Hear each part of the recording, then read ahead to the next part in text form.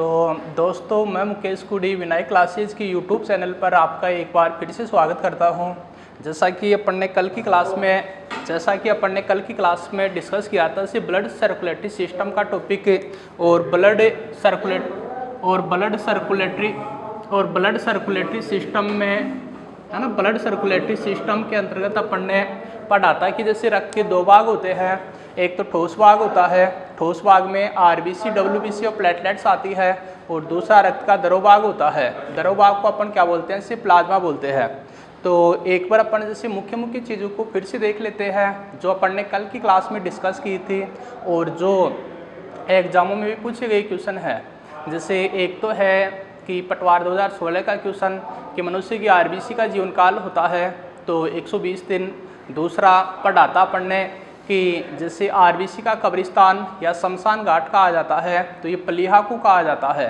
यहाँ से क्वेश्चन पूछा गया था आपका जैसे 11th स्टैंडर्ड में इस टाइप से कि पलीहा को मतलब शरीर का ब्लड बैंक क्यों कहा जाता है। तो पलीहा में बिलरोध के रज्जु पाए जाते हैं जो रक्त के बड़े बड़े चैम्बर होते हैं जिनमें ब्लड का स्टोरेशन होता है ना, ब्लड स्टोर होता है। इसके अलावा और अपन ने प्लाज्मा को डिस्कस किया था। तो प्लाज्मा संपूर्ण रक्त का आयतन की दृष्टि से 55% होता है। प्लाज्मा में जल की मात्रा 90% होती है। तो ये दोनों बातें ध्यान में रखें कि प्लाज्मा संपूर्ण रक्त का होता है आयतन की दृष्टि से 55% और प्लाज्मा में जल होता है। तो प्लाज्मा में जल होता है जिससे 90%, ये चीज़ है। और एक यहाँ से फिर क्वेश्चन कि जैसे गामा ग्लोबुलिन्स निम्न में से रोग प्रतिकारक क्या होते हैं। तो गामा ग्लोबुलिन्स होते हैं, जैसा कि अपन ने कल की क्लास में डिस्कस किया था कि प्लाज्मा में 4 प्रोटीनें होती है। एल्ब्यूमिन है, प्रोथ्रोम्बिन है, फाइब्रिनोजन है और एक क्या है जैसे मतलब एल्ब्यूमिन है, प्रोथ्रोम्बिन है, फाइब्रिनोजन है और एक कौन सी है? ग्लोबुलिन है। ग्लोबुलिन्स के 3 टाइप होते हैं, alpha globulin, beta globulin, gamma globulins. Gamma globulins जो होते हैं ये रोग प्रतिकारक होते हैं जो शरीर में एंटीबॉडी प्रोड्यूस करते हैं, है ना। तो कल अपन ने पढ़ा था सी आरबीसी, डब्ल्यूबीसी, प्लेटलेट्स और एक प्लाज्मा के बारे में। टॉपिक को आगे बढ़ाते हुए पढ़ते हैं अपन जैसे आज की रक्त का थक्का, है ना, ये चीज़ डिस्कस करते हैं। जैसे रक्त का थक्का कि ब्लड का क्लॉट कैसे बनता है। तो पहली चीज़ तो यह है कि जैसे ब्लड की क्लॉटिंग किससे बोलते हैं, है ना, ब्लड की क्लॉटिंग किसे कहते हैं। तो बहता हुआ रक्त कुछ ही मिनटों में शरीर के बाहर एक जेली के रूप में जमा हो जाता है जिसे रक्त का स्कंदन कहते हैं, है ना। बहता हुआ रक्त कुछ ही मिनटों में शरीर के बाहर जेली के रूप में जमा हो जाता है जिसे रक्त का स्कंदन कहते हैं। अब, है ना, रक्त का थक्का बनने में समय लगता है जैसे 2 से 8 मिनट का समय लगता है ना। रक्त का थक्का बनने में समय लगता है जैसे 2 से 8 मिनट का समय लगता है रक्त का थक्का बनने में। और रक्त का थक्का बनाने के लिए जैसे कुल 13 कारकों की आवश्यकता होती है ना। ब्लड का थक्का बनाने के लिए, ब्लड का क्लॉट बनाने के लिए 13 कारकों की आवश्यकता होती है। इन 13 कारकों का निर्माण जो होता है वो मतलब यकृत में होता है। अब देखिए आप जैसे 13 कारक कौन कौन से होते हैं तो इस चीज़ को देखें। पहला होता है जैसे फाइब्रिनोजन, है ना, पहला होता है जैसे फाइब्रिनोजन। दूसरा होता है जैसे प्रोथ्रोम्बिन, दूसरा कारक है सेकंड फैक्टर प्रोथ्रोम्बिन है।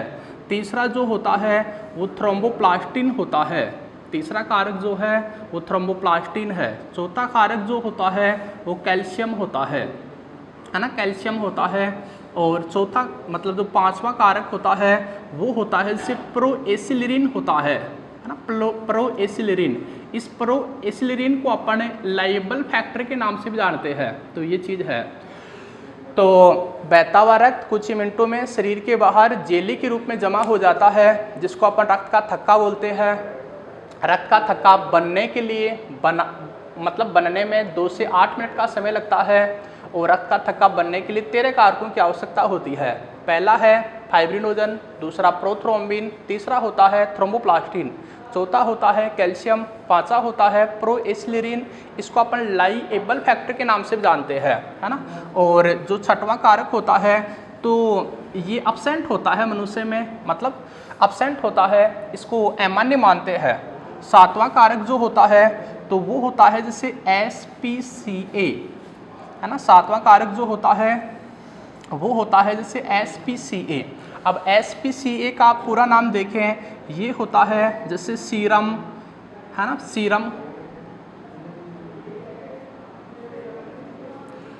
है ना, ये होता है जैसे सीरम प्रोथ्रोम्बिन, सीरम प्रोथ्रोम्बिन, इसके अलावा serum prothrombin conversion, serum prothrombin conversion accelerator, है ना, एसिलरेटर। तो ये जैसे 7वां कारक होता है। 8वां कारक जो होता है उसको अपन बोलते हैं इसे एंटी हीमोफिलिक फैक्टर कहते हैं, है ना। 8वां कारक ये कहलाता है इसे एंटी हीमोफिलिक कारक। 9वां कारक जो होता है वो कहलाता है इसे क्रिसमस कारक कहलाता है ना, क्रिसमस कारक कहलाता है। 10वां कारक जो होता है वो कहलाता है जैसे स्टुअर्ट कारक कहलाता है ना, 10वां कारक स्टुअर्ट कारक कहलाता है। 11वां कारक जो होता है वो कहलाता है जैसे आपका प्लाज्मा, है ना, प्लाज्मा थ्रोम्बोप्लास्टिन, प्लाज्मा थ्रोम्बोप्लास्टिन, है ना, प्लाज्मा थ्रोम्बोप्लास्टिन एसिलरेटर, प्लाज्मा थ्रोम्बोप्लास्टिन एसिलरेटर। और 12वां होता है जैसे हेगमेन कारक, हेगमेन कारक। और 13वां होता है जैसे फाइब्रिन, फाइब्रिन। आप जैसे मतलब 11वें कारक को आप प्लाज्मा कारक के नाम से भी ध्यान में रख लें कि 11वां कारक होता है प्लाज्मा कारक और 12वां होता है हेगमेन कारक और 13वां होता है जैसे फाइब्रिन। तो ये चीज़ है। आप एक बार फिर से देखें रक्त का थक्का कि बहता हुआ रक्त कुछ ही मिनटों में शरीर के बाहर जेली के रूप में जमा हो जाता है, जिसको अपन रक्त का स्कंदन बोलते हैं। रक्त का थक्का बनने में या रक्त के स्कंदन में 2 से 8 मिनट का समय लगता है। रक्त का थक्का बनाने के लिए 13 कारकों की आवश्यकता होती है। तो पहला कारक होता है फाइब्रिनोजन, दूसरा कारक होता है प्रोथ्रोम्बिन, तीसरा कारक होता है थ्रोम्बोप्लास्टिन, चौथा कारक होता है कैल्शियम, 5वां कारक होता है प्रोएसिलरिन, है ना, प्रोएसिलरिन। इसको अपन प्रोएसिलरिन को अपन जैसे लाइपल फैक्ट्री के नाम से जानते हैं। और 6वां कारक एब्सेंट होता है मनुष्य में। 7वां कारक जो होता है वो होता है SPCA। SPCA को अपन बोलते हैं जैसे serum prothrombin conversion oscillator, serum prothrombin conversion oscillator, ये 7वां कारक होता है।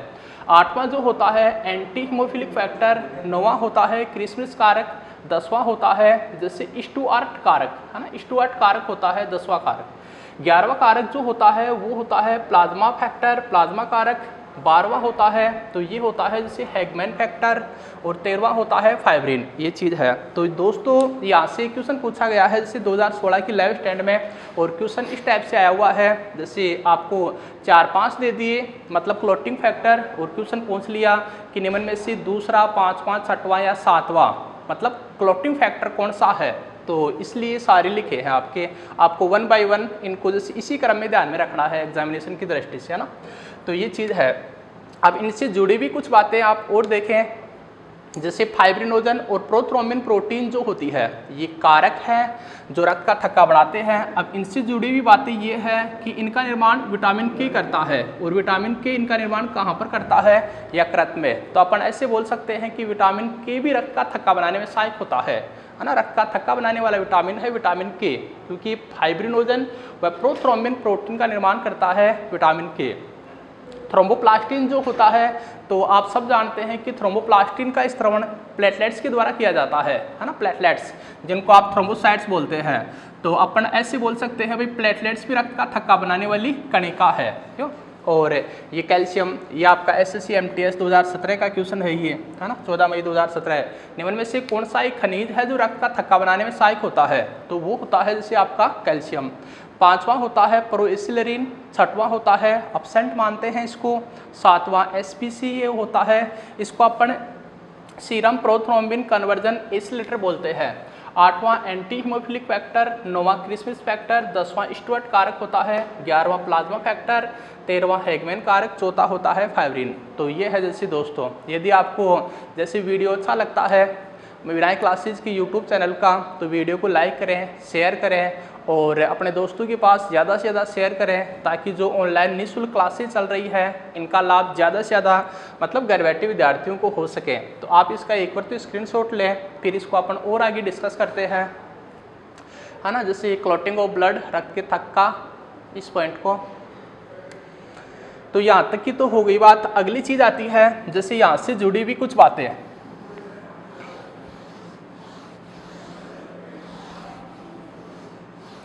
तो रक्त का थक्का बनाने वाले ये 13 कारक होते हैं। अब इनसे जुड़ी भी कुछ बातें होती हैं, जैसे आप सब जानते हैं भाई, जैसे हीमोफीलिया रोग होता है, तो हीमोफीलिया जो रोग होता है ये एक आनुवांशिक रोग है। हीमोफीलिया एक आनुवांशिक रोग है, एक जेनेटिक रोग है जिसमें भी रक्त का थक्का नहीं बनता है ना। हीमोफीलिया एक आनुवांशिक रोग है जिसमें भी रक्त का थक्का नहीं बनता है।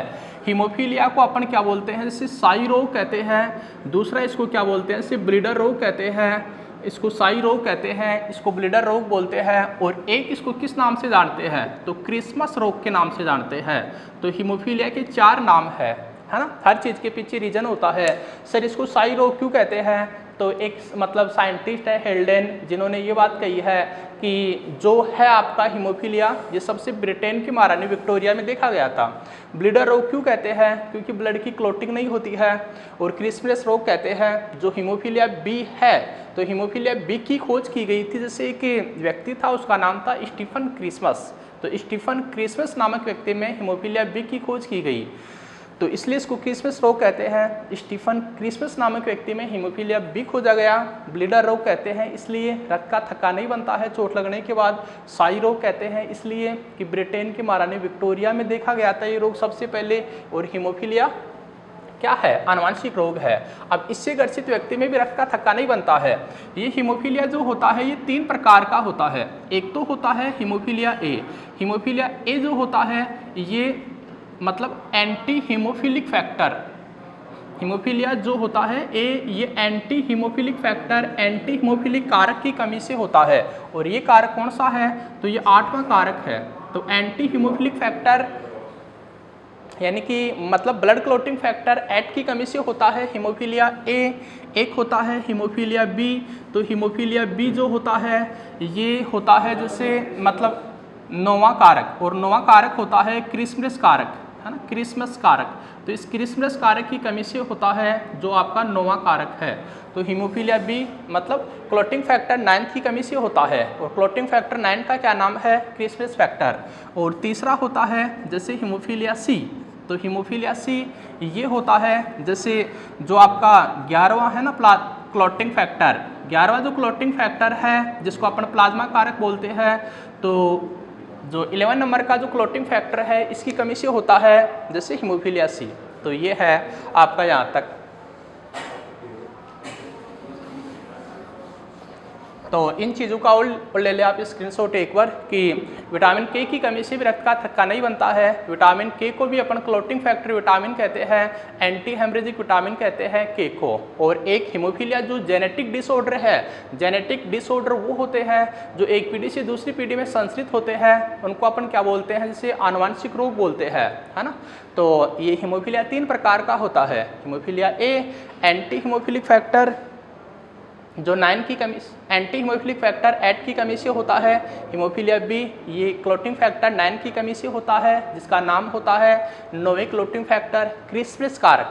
हीमोफीलिया सी तो ये क्लोटिंग फैक्टर 11 की कमी से होता है जिसका नाम होता है 11 क्लोटिंग फैक्टर 11 का नाम होता है प्लाज्मा कारक, है ना, प्लाज्मा कारक होता है। तो ये चीज़ है। अब यहाँ तक की तो बहुत बात हो गई।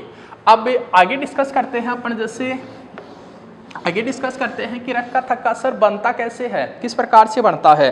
तो इस बात को आप ध्यान दें। तो क्षतिग्रस्त जो ऊतक होता है, क्षतिग्रस्त जो ऊतक होता है और जो क्षतिग्रस्त प्लेटलेट्स होती है, क्षतिग्रस्त ऊतक व क्षतिग्रस्त प्लेटलेट्स के द्वारा क्या होता है, थ्रोम्बोप्लास्टिन का स्तरण होता है। हाँ, क्षतिग्रस्त ऊतक के द्वारा व क्षतिग्रस्त प्लेटलेट्स के द्वारा, क्षतिग्रस्त ऊतक व क्षतिग्रस्त जो प्लेटलेट्स होती है तो उसके द्वारा क्या होता है, थ्रोम्बोप्लास्टिन का स्तरण होता है। थ्रोम्बोप्लास्टिन जो होती है फिर बाद में क्या होता है, इससे थ्रोम्बोकाइनेज एंजाइम का स्तरण किया जाता है। तो थ्रोम्बोकाइनेज एंजाइम का स्तरण किया जाता है। और एक होता है कैल्शियम आयन। तो थ्रोम्बोकाइनेज एंजाइम और कैल्शियम आयन जो होते हैं ये क्या करते हैं, जैसे बाद में जो आपके प्लाज्मा में जो प्रोटीन पड़ी है, कौन सी, प्रोथ्रोम्बिन प्रोटीन जो है प्लाज्मा में, जो प्रोथ्रोम्बिन प्रोटीन है इसको अपन इनएक्टिव प्रोटीन होती है, ये निष्क्रिय प्रोटीन है। तो मतलब तो थ्रोम्बोकाइनेज एंजाइम व कैल्शियम आयन जो होते हैं ये निष्क्रिय प्रोथ्रोम्बिन को किस में बदलते हैं, जैसे सक्रिय थ्रोम्बिन में बदलते हैं, है ना, सक्रिय थ्रोम्बिन में बदलते हैं, एक्टिव थ्रोम्बिन में बदलते हैं। एक बार फिर से देखें आप इन चीज़ों को कि क्षतिग्रस्त ऊतक के द्वारा या जो प्लेटलेट्स होती है वो थ्रोम्बोप्लास्टिन का स्राव करती है। फिर मतलब थ्रोम्बोप्लास्टिन के बाद जैसे थ्रोम्बोकाइनेज एंजाइम व कैल्शियम ये दोनों मिल ये क्या करते हैं, जो ब्लड में प्रोथ्रोम्बिन प्रोटीन होती है जो एक निष्क्रिय प्रोटीन है, इसको बदल दिया जाता है, थ्रोम्बिन में बदल दिया जाता है ना, सक्रिय थ्रोम्बिन में बदल दिया जाता है। अब सक्रिय थ्रोम्बिन जो होता है, तो सक्रिय थ्रोम्बिन जो होता है ये जो निष्क्रिय जो फाइब्रिनोजन होती है, इनएक्टिव जो फाइब्रिनोजन प्रोटीन है, इनएक्टिव जो फाइब्रिनोजन प्रोटीन है इसको किस में बदल दिया जाता है, फाइब्रिन प्रोटीन में बदल दिया जाता है ना, फाइब्रिन प्रोटीन में बदल दिया जाता है। और फाइब्रिन प्रोटीन जो होती है ये क्या करती है, जैसे गाँव वाले स्थान पर नेटवर्क लाइक, गाँव वाले स्थान पर नेटवर्क लाइक स्ट्रक्चर बनाती है, और इस गाँव वाले स्थान पर जो जालनुमा रचना बनाती है, तो गाँव वाले स्थान पर जो जालनुमा रचना बनती है, इस जालनुमा रचना में क्या हो जाते हैं, जैसे आरबीसी के अणु जो होते हैं ये ट्रैप्ड हो जाते हैं, यानी कि जो गाँव वाला स्थान होता है यहाँ पर आरबीसी के अणु जकड़ लिए जाते हैं और इस प्रकार का थक्का बन जाता है। तो डियर स्टूडेंट्स आप बिल्कुल ध्यान देकर पढ़ें, है ना, एक एक चीज़ का विस्तार है। जैसे यहाँ पर अपन ने सबसे पहले पढ़ा रक्त का थक्का, बहता हुआ रक्त कुछ ही मिनटों में शरीर के बाहर जेली के रूप में जमा हो जाता है, जिसको अपन रक्त का थक्का बोलते हैं। रक्त का थक्का बनने में 2 से 8 मिनट का समय लगता है। एक बार मैं सारा रिवाइज कर रहा हूँ, सारा जो अब तक पढ़ा है अपन ने आज की क्लास में। रक्त का थक्का बनाने के लिए कितने कारकों की आवश्यकता, 13 कारकों की आवश्यकता। 13 कारकों में पहला कारक होता है कौन सा, फाइब्रिनोजन। दूसरा कारक होता है प्रोथ्रोम्बिन। तीसरा कौन सा होता है, थ्रोम्बोप्लास्टिन। चौथा कौन सा होता है, कैल्शियम। पांचवा कौन सा होता है, लाइबल फैक्टर। छठवां अपसेंट होता है। सातवां कौन सा होता है, SPCA होता है ना, SPCA। आठवां होता है एंटी हीमोफिलिक फैक्टर। नौवां होता है कौन सा, तो क्रिस्प्रिस फैक्टर। 10वां होता है कौन सा, स्टुअर्ट कारक। 11वां होता है कौन सा, तो प्लाज्मा फैक्टर। 12वां होता है हेगमेन कारक। 13वां होता है कौन सा, फाइब्रिन। यहाँ तक तो 13 कारक होते हैं। और फिर पढ़ाता अपन ने कि हीमोफीलिया रोग से ग्रसित व्यक्ति में रक्त का थक्का नहीं बनता। और हीमोफीलिया 3 प्रकार का होता है। हीमोफीलिया ए किसकी कमी से, एंटी हीमोफिलिक फैक्टर ए की कमी से, जो 8वां कारक है। हीमोफीलिया बी ये होता है क्लोटिंग फैक्टर 9 की कमी से, जिसका क्या नाम है, क्रिस्मस फैक्टर। और हीमोफीलिया सी जो मतलब क्लोटिंग फैक्टर 11 की कमी से होता है ना, ये चीज़ है। फिर आगे डिस्कस किया था अपन ने, है ना, आगे डिस्कस किया था कि हीमोफीलिया को अपन 4 नामों से जानते हैं। इसको साई रोग बोलते हैं, इंग्लिश में इसको रॉयल डिजीज कहते हैं, क्योंकि ब्रिटेन की महारानी विक्टोरिया में देखा गया था ये रोग सबसे पहले। और इनका एक पुत्र था, उनका नाम था लियोपोल्ड। तो लियोपोल्ड ने फिर जो समस्त जो शाही परिवार था, जैसे रूसिया का शाही परिवार, रशिया का शाही परिवार, जर्मनी का शाही परिवार और ब्रिटेन का शाही परिवार, तो समस्त शाही परिवारों में इस रोग को फैला दिया था इनके बेटे जैसे लियोपोल्ड ने। तो ब्रिटेन की महारानी विक्टोरिया से इस रोग का उद्गम मानते हैं। तो हीमोफीलिया को इसलिए बोलते हैं शाही रोग, रॉयल डिजीज। दूसरा इसको क्या बोलते हैं, क्रिसमस। और तीसरा इसको क्या बोलते हैं, जैसे ब्लीडर रोग कहते हैं, क्योंकि रक्त का क्लोट नहीं बनता है, रक्त की लगातार ब्लीडिंग होती है, इसलिए इसको ब्लीडर रोग बोलते हैं। आगे डिस्कस किया अपन ने रक्त का थक्का कि बहता हुआ रक्त कुछ ही मिनटों में शरीर के बाहर जेली के रूप में जमा हो जाता है, जिसको अपन रक्त का थक्का कहते हैं। और रक्त का थक्का बनने का जो सिस्टम होता है वो किस प्रकार से, तो क्षतिग्रस्त ऊतक व प्लेटलेट्स के द्वारा थ्रोम्बोप्लास्टिन का स्त्राव होता है। और मतलब थ्रोम्बोप्लास्टिन का स्त्राव होता है। थ्रोम्बोसाइट्स जो होती है वो थ्रोम्बोकाइनेज एंजाइम का स्त्राव करती है। थ्रोम्बोकाइनेज एंजाइम में कैल्शियम की उपस्थिति में क्या होता है, प्रोथ्रोम्बिन प्रोटीन जो होती है, जो निष्क्रिय होती है, ये सक्रिय थ्रोम्बिन में बदल जाती है। और सक्रिय थ्रोम्बिन प्रोटीन जो होती है ये निष्क्रिय फाइब्रिनोजन प्रोटीन को किसमें बदल देती है, सक्रिय फाइब्रिन में बदल देती है। अब ये फाइब्रिन करती क्या है, तो फाइब्रिन क्या करती है कि जो गाँव वाला स्थान होता है, फाइब्रिन जो होती है ये गाँव वाले स्थान पर क्या करती है, नेटवर्क लाइक स्ट्रक्चर मतलब जालनुमा रचना का निर्माण करती है। और इस जालनुमा रचना में क्या हो जाते हैं, जैसे आरबीसी के अणु फंस जाते हैं। इस नेटवर्क लाइक स्ट्रक्चर के द्वारा आरबीसी के जो अणु होते हैं उनको ट्रैप कर लिया जाता है, जकड़ लिया जाता है। इस प्रकार बहता हुआ रक्त रुक जाता है। और बहता हुआ रक्त रुक जाता है जिसको अपन क्या बोलते हैं, रक्त का थक्का कहते हैं। तो आप इस मतलब इसका भी स्क्रीनशॉट लें। अपन पढ़ते हैं जैसे रक्त समूह क्या होता है, रक्त समूह के बाद पढ़ेंगे अपन जैसे RH कारक क्या होता है, और RH कारक के बाद पढ़ेंगे अपन जैसे क्या मतलब इरिथ्रोब्लास्टोफिटिलिस रोग, है ना। तो इसका तो ले स्क्रीनशॉट। इसके बाद अपना जो टॉपिक है, इसी टॉपिक में अगला पॉइंट है जैसे अपना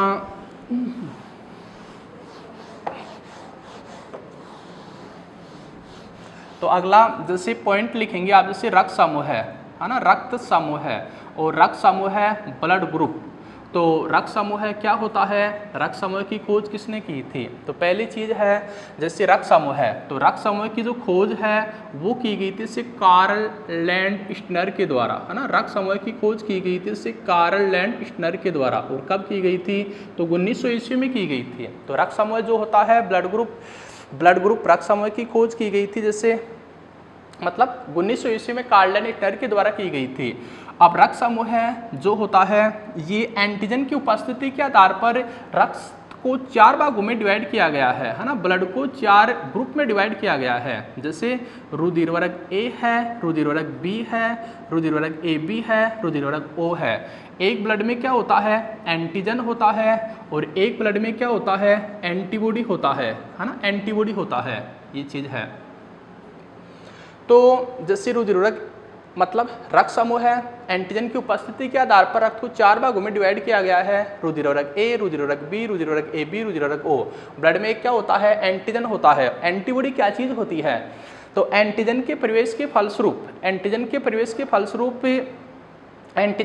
के फलस्वरूप लिम्फोसाइट कोशिका जो होती है वो एक ग्लाइकोप्रोटीन अणु का स्त्रावन करती है ना। लिम्फोसाइट कोशिका जो होती है वो एक ग्लाइकोप्रोटीन अणु का निर्माण करती है। उस ग्लाइकोप्रोटीन अणु को अपन क्या बोलते हैं? एंटीबॉडी। मैं एक बार फिर से बोल देता हूँ कि एंटीजन वे बाहरी कारक होते हैं, है ना। एंटीजन वे बाहरी कारक होते हैं जो शरीर में, है ना, जो शरीर में रोगों को जन्म देते हैं। एंटीजन वे बाहरी कारक या रोगाणु होते हैं जो शरीर में क्या होते हैं?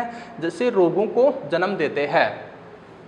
एंटीबॉडी जो होती है, तो एंटीबॉडी क्या होती है? एंटीबॉडी को पढ़ाएंगे आपको आगे कि एंटीजन के प्रवेश के फलस्वरूप, या आप ऐसे बोल दें किसी रोगजनक के प्रवेश के फलस्वरूप लिम्फोसाइट कोशिकाओं के द्वारा उत्पन्न ग्लाइकोप्रोटीन अणु एंटीबॉडी कहलाता है। अब ध्यान दें, रुधिर वर्ग ए जो होता है इसमें एंटीजन ए होती है। हाँ, तो अपना जैसे ये है, इसको एक बार और देखिए आप कि रक्त समूह जो होता है, रक्त समूह की खोज की गई थी 1900 ईस्वी में कार्ल लैंडस्टर के द्वारा, और इन्होंने जैसे एंटीजन की उपस्थिति के आधार पर रक्त को 4 भागों में डिवाइड किया था जैसे कार्ल लैंडस्टर ने। अब जैसे पहला तो है रुधिर वर्ग ए, रुधिर वर्ग बी, तीसरा है जैसे रुधिर वर्ग ए बी, और चौथा होता है ओ। रुधिर वर्ग ए जो होता है इसमें एंटीजन ए होती है, एंटीबॉडी बी होती है। रुधिर वर्ग बी जो है इसमें एंटीजन बी है, एंटीबॉडी ए है। रुधिर वर्ग ए बी जो है इसमें एंटीजन ए व बी दोनों होती है, एंटीबॉडी अब्सेंट होती है। रुधिर वर्ग ओ इसमें एंटीजन अब्सेंट होते हैं, एंटीबॉडी ए व बी दोनों पाई जाती है। अब आती है जैसे आपकी कि सर्वग्राही रक्त समूह कहा जाता है, तो सर्वग्राही सब एक्सपेक्टर ग्रुप कहा जाता है, सर्वग्राही रक्त समूह कहा जाता है। जैसे किसको? तो ए बी को कहा जाता है। रीजन क्या है कि इसमें एंटीबॉडी अब्सेंट होती है। दूसरा है जैसे सर्वदाता को अपन इंग्लिश में बोलते हैं जैसे सब डोनर ग्रुप, और सब डोनर ग्रुप कहा जाता है जैसे ओ को। रीजन क्या है? क्योंकि इसमें एंटीजन अब्सेंट होता है ना, ये चीज़ है। तो आप इसका भी ले स्क्रीनशॉट। आपका रक्त समूह है कि रक्त समूह की खोज कार्ल लैंडस्टर 1900 ईस्वी में, सर्वग्राही रक्त समूह ए बी को सर्वदाता ओ को कहा जाता है। और एक चीज़ और ध्यान में रखिए, ये आरएस के एग्जाम में क्वेश्चन आया हुआ है इस टाइप से कि निम्न में से वंशानुगत होता है, तो वहाँ पर ऑप्शन में था जैसे एंटीजन। तो जो एंटीजन या एंटीबॉडी होते हैं, जो एंटीजन होता है ये क्या होता है? वंशानुगत होता है, और है ना, वंशानुगत होता है। और जो एंटीजन एवं एंटीबॉडी है, तो एंटीजन एवं एंटीबॉडी का जो अध्ययन करने वाली विज्ञान है ये कहलाती है मतलब सीरोलॉजी। एंटीजन एवं एंटीबॉडी का अध्ययन करने वाली जो विज्ञान है वो सीरोलॉजी कहलाती है। एक जैसे रक्त का द्रवभाग बोलते हैं अपन प्लाज्मा को, तो study of plasma is called serology. Plasma का अध्ययन भी कहलाता है सीरोलॉजी। तो ये तो था स्टूडेंट आपका जैसे ब्लड ग्रुप का पॉइंट। इसके बाद और पढ़ते हैं अपन आगे, जैसे एक और होता है जैसे आपका आरएच कारक। अब देखिए आप, जैसे आरएच कारक क्या होता है? आरएच कारक की खोज किसने की थी? तो अगला है पॉइंट आरएच कारक। तो रक्त समूह की खोज की गई थी रक्त समूह की खोज की गई थी कार्ल लैंडस्टर के द्वारा, है ना, कार्ल लैंडस्टर के द्वारा। लेकिन आरएच कारक की खोज की गई थी कार्ल लैंडस्टर व इनका एक साथी और था जैसे विनर। ये चीज़ ध्यान में रखेंगे ना, मतलब रक्त समूह की खोज ओनली कार्ल लैंडस्टर ने और RH कारक की खोज कार्ल लैंडस्टर व इनके साथी जैसे विनर ने और इन्होंने इसकी खोज की थी 1940 में।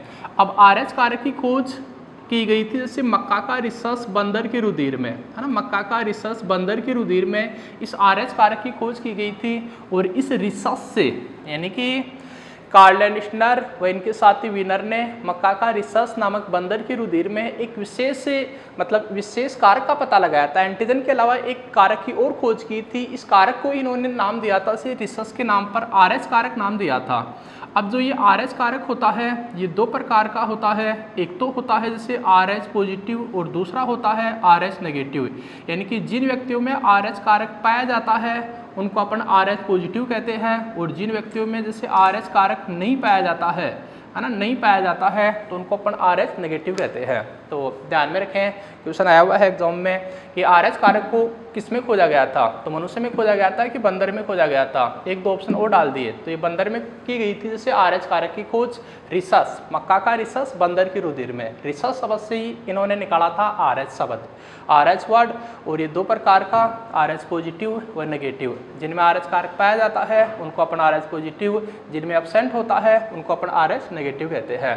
तो रक्तदान के समय आप जानते हैं रक्तदान के समय RH कारक की भी जांच की जाती है ना, RH कारक की भी जांच की जाती है क्योंकि RH पॉजिटिव वाला अपना ब्लड पॉजिटिव वाले को ही दे सकता है और RH नेगेटिव वाला नेगेटिव वाले को ही दे सकता है और नेगेटिव वाले से ही ले सकता है ना, ये चीज़ है। अब यहाँ पर एक चीज़ और आती है जैसे इस ब्लड सर्कुलेटरी सिस्टम के पॉइंट में लास्ट आता है जैसे आपका इरिथ्रोब्लास्टोसिस फिटेलिस, है ना, इरिथ्रोब्लास्टोसिस फिटेलिस। तो ये क्वेश्चन भाई जैसे पिछले साल 2018 की जो आपकी LDC हुई थी उसमें भी क्वेश्चन पूछा गया था यहाँ से, और 2014 की LDC में भी यहाँ से क्वेश्चन आया हुआ है। तो पहले तो आप समझें कि आखिर इरिथ्रोब्लास्टोसिस फिटेलिस क्या होता है ना, बाद में इस पॉइंट से जो क्वेश्चन पुटअप किए गई थी उन पर भी अपन नज़र डालेंगे। इरिथ्रोब्लास्टोसिस फिटेलिस रोग, तो इसकी कंडीशन है जो LDC 2014 में पूछा गया था कि इरिथ्रोब्लास्टोसिस फिटेलिस रोग कब होता है, तो जब RH पॉजिटिव व्यक्ति का विवाह है RH नेगेटिव रुधिर वाली महिला के साथ हो जाता है ना। इरिथ्रोब्लास्टोसिस फिटेलिस रोग उत्पन्न होता है जब RH पॉजिटिव पुरुष का विवाह है RH नेगेटिव रुधिर वर्ग वाली महिला के साथ हो जाता है। तो मतलब जो संतति उत्पन्न होती है उस संतति में इरिथ्रोब्लास्टोसिस फिटेलिस रोग देखा जाता है। इसको अपन हिंदी में बोलते हैं जैसे गर्भ रक्ताणु कोरकता, है ना, इसको हिंदी में बोलते हैं अपन जैसे गर्भ रक्ताणु कोरकता, है ना, गर्भ रक्ताणु कोरकता, गर्भ रक्ताणु कोरकता। इसके अंतर्गत क्या होता है कि इरिथ्रोब्लास्टोसिस फिटेलिस रोग से ग्रसित जो शिशु होता है किसी भी कपल के, प्रथम जो शिशु होता है वो तो सामान्य हो जाता है, लेकिन प्रथम शिशु के बाद मतलब जो दंपति की जो संतति होती है उसकी मृत्यु या तो गर्भ में या प्रसव के तुरंत बाद हो जाती है। अब क्यों हो जाती है, क्योंकि इरिथ्रो शब्द का अर्थ होता है RBC से, है ना, इरिथ्रो शब्द का अर्थ होता है RBC से, और जो ये ब्लास्टोसिस शब्द है इस ब्लास्टोसिस शब्द का अर्थ होता है फटने से, है ना, ब्लास्टोसिस शब्द का अर्थ होता है फटने से। और फिटेलिस शब्द जानते हैं, ये फिटेलिस शब्द बना है फीटस से और फीटस शब्द का अर्थ होता है गर्भ से। तो इरिथ्रोब्लास्टोसिस फिटेलिस रोग के अंतर्गत जो शिशु होता है उसकी मृत्यु या तो गर्भ में या प्रसव के तुरंत बाद हो जाती है। उसके पीछे रीजन है कि जो शिशु होता है उसकी RBC गर्भ में फट जाती है ना, गर्भ में फट जाती है। अब कई पूछते हैं सर क्यों फट जाती है, तो जो प्रथम संतति हो जाती है तो प्रथम संतति के जन्म लेने के बाद जो माता का यूट्रस होता है उस माता के यूट्रस में RH पॉजिटिव मतलब बन जाता है, जो मतलब अगला जो शिशु जन्म लेता है उसके लिए उसकी RBC का क्या कर देता है, ये जैसे उसकी RBC का समवन कर देता है, एगुलुटुलेशन हो जाता है उसकी RBC का, उसकी RBC के अणु आपस में चिपकने लग जाते हैं जिसके कारण उसकी मृत्यु हो जाती है। अब इसके उपचार के लिए 24 घंटे के भीतर जैसे कि इसका इंजेक्शन लगाया जाना चाहिए ना, आजकल इसका ट्रीटमेंट संभव है कि जैसे 24 घंटे के भीतर किसका इंजेक्शन लगाया जाना चाहिए, तो एंटी-डी का इंजेक्शन लगाया जाना चाहिए, एंटी-डी का इंजेक्शन लगाया जाना चाहिए या फिर रोगहम टैबलेट दी जानी चाहिए, एंटी-डी का इंजेक्शन या रोगहम टैबलेट दी जानी चाहिए। तो ये पॉइंट है आपका इरिथ्रोब्लास्टोसिस फिटेलिस। यहाँ से दो क्वेश्चन पूछे गए हैं। LDC 2014 में तो क्वेश्चन आया था इस टाइप से कि इरिथ्रोब्लास्टोसिस फिटेलिस रोग उत्पन्न होता है तो उसमें ऑप्शन था RH पॉजिटिव पुरुष का विवाह है RH नेगेटिव मादा के साथ होने पर। और जो पिछले साल 2018 की जो LDC का था पेपर, उसमें यहाँ से क्वेश्चन पूछ लिया था इसी टॉपिक में से ऐसे कि इरिथ्रोब्लास्टोसिस फिटलिस रोग के उपचार के लिए निम्न में से किसका उपयोग किया जाता है, कौन सी दवा कौन सी मेडिसिन दी जाती है इसमें। तो उसमें ऑप्शन था से रोगम टैबलेट, है ना, रोगम दवा दी जाती है या एंटीडी का इंजेक्शन लगाया जाता है। और आप जानते हैं कि जो एंटीबॉडी होती है ये 5 प्रकार की होती है ना। एंटीबॉडी जो होती है ये 5 प्रकार की होती है। एक तो जैसे IgG होती है, एक क्या होती है जैसे IgA होती है, एक क्या होती है जैसे IgM होती है, एक क्या होती है जैसे IG होती है, और एक होती है जैसे आपकी IgD, है ना। तो जो एंटीबॉडी होती है ये 5 प्रकार की होती है। सर ये एंटीबॉडी है क्या, कैसे बनती है ये, तो इस चीज़ को ध्यान दें। तो एंटीजन जैसे शरीर में क्या होता है, यदि कोई भी रोगजनक प्रवेश करता है ना, शरीर में कोई भी रोगजनक प्रवेश करता है, रोगजनक को अपन क्या बोल देते हैं, एंटीजन बोल देते हैं। तो शरीर में कोई भी यदि रोगजनक प्रवेश करता है, एंटीजन प्रवेश करता है, तो बॉडी में जो कुछ लिम्फोसाइट कोशिकाएं होती हैं, जैसे आप जानते हैं एक तो बी लिम्फोसाइट होती है, एक टी लिम्फोसाइट होती है।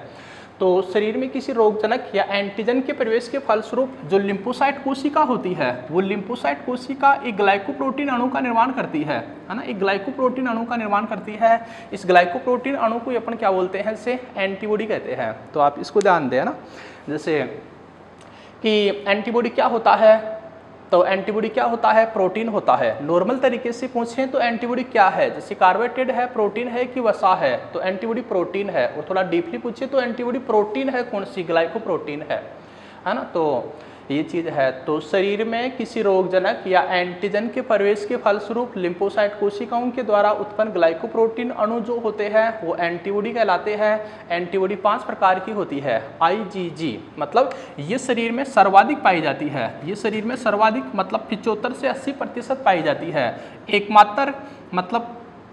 एकमात्र एंटीबॉडी है IgG जो क्या होती है, प्लेसेंटा को भी पार कर जाती है। प्लेसेंटा को पार करने वाली एंटीबॉडी होती है IgG, है ना। इसको G का मतलब होता है यहाँ पर गामा, है ना, गामा प्रकार की एंटीबॉडी, प्लेसेंटा को पार कर जाने वाली एंटीबॉडी।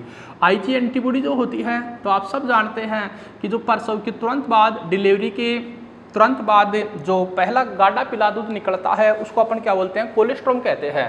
कोलेस्ट्रॉम को अपन आम भाषा में खींच बोलते हैं। तो ये जो माता का जो कोलेस्ट्रॉम होता है उस कोलेस्ट्रॉम में पाई जाती है आपकी IG एंटीबॉडी। इसके अलावा जैसे जो अपनी लार होती है, लार में पाई जाती है। सलेस्मा जो होता है, सलेस्मा में भी IG एंटीबॉडी है। और जो आंसू होते हैं, तो आंसू में भी पाई जाने वाली जो एंटीबॉडी है वो IgA है।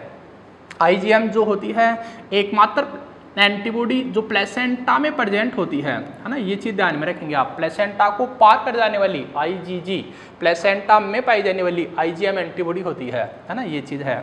IG जो होती है ये एलर्जी में भाग लेती है। सर IgE एलर्जी में भाग क्यों लेती है, बाकी क्यों नहीं लेती है, तो इसके पीछे रीजन क्या है। तो ये जो आपकी मास्ट कोशिकाएं होती है और जो बेसोफिल होती है, तो मास्ट कोशिका एवं बेसोफिल को ये क्या करती है, एक्टिव करती है। और आप जानते हैं है ना, जो हिस्टामिन होता है वो मनुष्य में एलर्जी उत्पन्न करता है। तो एलर्जी में भाग लेने वाली एंटीबॉडी होती है IgE। सबसे ज़्यादा पाई जाने वाली होती है IgG और सबसे कम पाई जाने वाली जो होती है वो IgE होती है, जो 0.5% होती है। IgD यहाँ पर डी का मतलब है दोस्तों डेल्टा प्रकार की एंटीबॉडी। और जो डेल्टा प्रकार की जो एंटीबॉडी होती है ये कहाँ पर प्रेजेंट होती है, तो लिम्फोसाइट कोशिकाओं की सतह पर प्रेजेंट होती है। इसलिए इसको अपन क्या बोलते हैं, सतही एंटीबॉडी कहते हैं, है ना, सतही एंटीबॉडी कहते हैं। तो आप यहाँ से जैसे ये बातें ध्यान में रखें कि एंटीबॉडी के 5 प्रकार हैं। IgG होती है, IgG प्लेसेंटा को पार कर जाने वाली एंटीबॉडी है। ह्यूमन बॉडी में सर्वाधिक पाई जाने वाली जो एंटीबॉडी है वो IgG है, मतलब गामा प्रकार की एंटीबॉडी। सेकंड है IgA यहाँ पर दोस्तों, फिर A का मतलब होता है अल्फा प्रकार की एंटीबॉडी, है ना, अल्फा प्रकार की एंटीबॉडी जो प्रसव के बाद निकलने वाला तुरंत गाढ़ा पीला दूध कोलेस्ट्रॉम कहलाता है, तो कोलेस्ट्रॉम में प्रेजेंट होती है। इसके अलावा लार, सलेस्मा, आंसू में पाई जाती है। IgM जो होती है प्लेसेंटा में प्रेजेंट होती है, ये ना, प्लेसेंटा में प्रेजेंट होती है। और प्लेसेंटा जानते ही है कि गर्भ शिशु को पोषण देता है। गर्भ शिशु श्वसन, उत्सर्जन व पोषण जैसी क्रियाएं करता है, किसके द्वारा, प्लेसेंटा के द्वारा, है ना, प्लेसेंटा के द्वारा। और प्लेसेंटा का एक चीज़ और ध्यान में रखेंगे, प्लेसेंटा अपने शरीर में एक अनस्टेबल एंडोक्राइन ग्लैंड का भी काम करता है ना, एक अस्थायी अंतःस्रावी ग्रंथि की भांति भी काम करता है, अनस्टेबल एंडोक्राइन ग्लैंड की भांति बिहेवियर करता है अपनी बॉडी में। IgE यहाँ पर ई का मतलब होता है दोस्तों एप्सिलॉन प्रकार की एंटीबॉडी, ये एलर्जी में भाग लेने वाली एंटीबॉडी है और ये एलर्जी में भाग लेती है, जैसे IgE एंटीबॉडी और एलर्जी में भाग लेती है और सबसे कम पाई जाती है। IgD ये डेल्टा प्रकार की एंटीबॉडी है, लिपोसाइट कोशिकाओं की सरफेस पर प्रेजेंट होती है, इसको अपन सतही एंटीबॉडी कहते हैं, है ना। और जो IgM एंटीबॉडी है, यहाँ पर M का मतलब होता है म्यू प्रकार की एंटीबॉडी, है ना। तो ये भी ध्यान में रखें आप साथ साथ, इसका भी ले जैसे स्क्रीनशॉट। और दोस्तों यदि आपको जैसे विनय क्लासेज की जो वीडियो है, इनको आप जो इस टाइम में जो निःशुल्क ऑनलाइन क्लासेज चल रही है, तो वीडियो को आप मतलब देखें, शेयर करें, लाइक करें और मतलब विनय क्लासेज का जो मतलब आपका है विनय क्लासेज की यूट्यूब चैनल को भी सब्सक्राइब करिए और पास से बेल आइकन को भी दबाइए ताकि आपको नए वीडियो की नोटिफिकेशन लगातार मिलती रहे, है ना। तो मतलब निःशुल्क क्लासेज का आनंद लेते रहिए, लगातार पढ़ते रहिए और आगे बढ़ते रहिए, है ना। तो मैंने ब्लड सर्कुलेटरी सिस्टम में 3 पॉइंट हैं, जैसे एक तो रुधिरवाहिनी है, एक रक्त है, ब्लड है, और है ना, एक रुधिरवाहिनी है, एक रक्त है, और तीसरा जो है वो हृदय आता है जैसे ब्लड सर्कुलेटरी सिस्टम में। तो अपन इसके 2 तो पढ़ चुके हैं। ब्लड सर्कुलेटरी सिस्टम में जो एक तो ब्लड वेसल्स आती है उसको अपन ने डिस्कस कर लिया है, और सेकेंड जो ब्लड आता है उसको भी अपन सारा डिस्कस कर चुके हैं कि ठोस भाग में जो कणिकाएं आती हैं, RBC WBC प्लेटलेट्स को डिस्कस कर लिया है।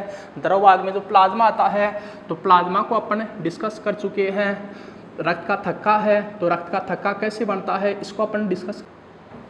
तो दोस्तों यदि वीडियो अच्छे लगते हैं तो आप वीडियो को लाइक करें, शेयर करें और विनय क्लासेज की यूट्यूब चैनल को सब्सक्राइब करिए, पास ही बेल आइकन को आप मतलब बेल आइकन को भी दबाइए ताकि आपको नए वीडियो की नोटिफिकेशन लगातार मिलते रहें, है ना। तो आज के लिए इतना ही, और बाकी अगली क्लास में अपना जैसे पॉइंट रहेगा ब्लड सर्कुलेटरी सिस्टम में जो तीसरा है हार्ट, तो उस हार्ट को अपन डिस्कस करेंगे नेक्स्ट क्लास में। तो इंतज़ार कीजिए अगली क्लास का। थैंक यू भैया।